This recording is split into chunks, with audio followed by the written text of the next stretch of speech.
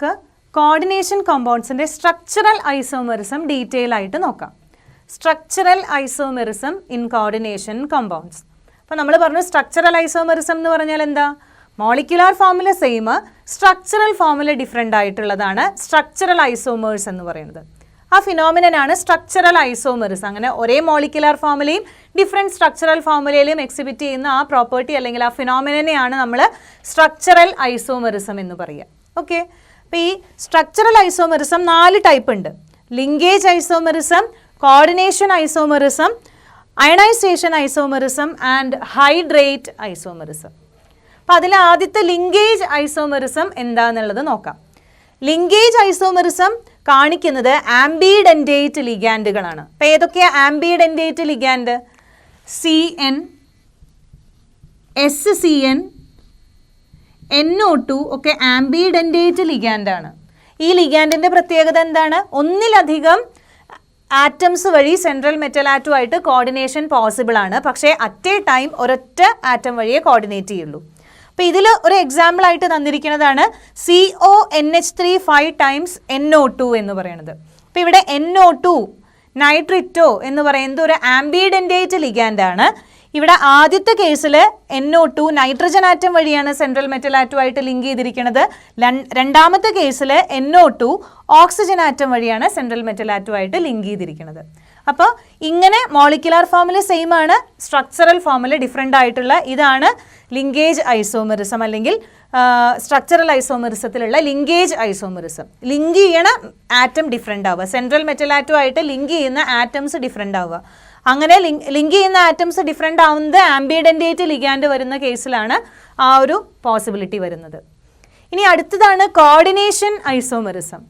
Coordination isomerism കാണിക്കുന്നത് എത്തരത്തിലുള്ള complex ആണ്? Complex കാറ്റയോണും complex ആനയോണും coordination, അതായത് കോംപ്ലക്സ് ആയിട്ട് വരുമ്പോൾ കാറ്റയോണും ആനയോണും നമ്മളിപ്പോൾ കുറേ ഈ എക്സാമ്പിളിലൊക്കെ എന്താണ് കാറ്റയോണും ആനയോണും അതിനനുസരിച്ചിട്ട് ഇതിൻ്റെ ചാർജിനനുസരിച്ചിട്ട് കൗണ്ടർ അയോണുകൾ ഉണ്ടാവും അല്ലേ? അപ്പം ഇവിടെ ഈ കൗണ്ടർ അയോണുകളില്ല, പകരം എന്താ ഉള്ളത്? ഈ കൗണ്ടർ അയോൺസിന് പകരം ഇവിടെ നമ്മൾ ഉള്ളത് കോംപ്ലക്സ് ആയിട്ടുള്ള കാറ്റയോണും കോംപ്ലക്സ് ആയിട്ടുള്ള ആനയോണുമാണ്. അപ്പം ഇങ്ങനെ കോംപ്ലക്സ് കാറ്റയോണും കോംപ്ലക്സ് ആനയോണും വരുന്ന കേസിൽ ഇവിടെ എന്താ ചെയ്യണത്? ഈ സെൻട്രൽ മെറ്റൽ ആറ്റുമായിട്ട് ലിങ്ക് ചെയ്തിരിക്കുന്ന ലിഗാൻഡുകൾ പരസ്പരം മാറുക. ആദ്യത്തെ കേസിൽ CONH3 6 times 3+ ആണ്. അതുപോലെ തന്നെ CN 6 times 3- എന്ന് പറയുന്ന ഈ ഒരു എക്സാമ്പിളിൽ കൊബാൾട്ടോ ആയിട്ട് അമീൻ എന്ന് പറയുന്ന ലിഗാൻഡും ക്രോമിയോ ആയിട്ട് സയനോ എന്ന് പറയുന്ന ലിഗാൻഡുമാണ് ലിങ്ക് ചെയ്തിരിക്കുന്നത്. രണ്ടാമത്തെ എക്സാമ്പിളിൽ ക്രോമിയമായിട്ട് അമീൻ എന്ന് പറയുന്ന ലിഗാൻഡും കൊബാൾട്ടോ ആയിട്ട് സയനോ എന്ന് പറയുന്ന ലിഗാൻഡുമാണ് ലിങ്ക് ചെയ്തിരിക്കുന്നത്. സെൻട്രൽ മെറ്റൽ ആറ്റം മാറുന്നില്ല, അതിലേക്ക് അറ്റാച്ച് ചെയ്തിട്ടുള്ള ലിഗാൻഡുകൾ കാറ്റയോണിക് കോംപ്ലക്സും ആനയോണിക് കോംപ്ലക്സും തമ്മിൽ പരസ്പരം ഒന്ന് മാറി.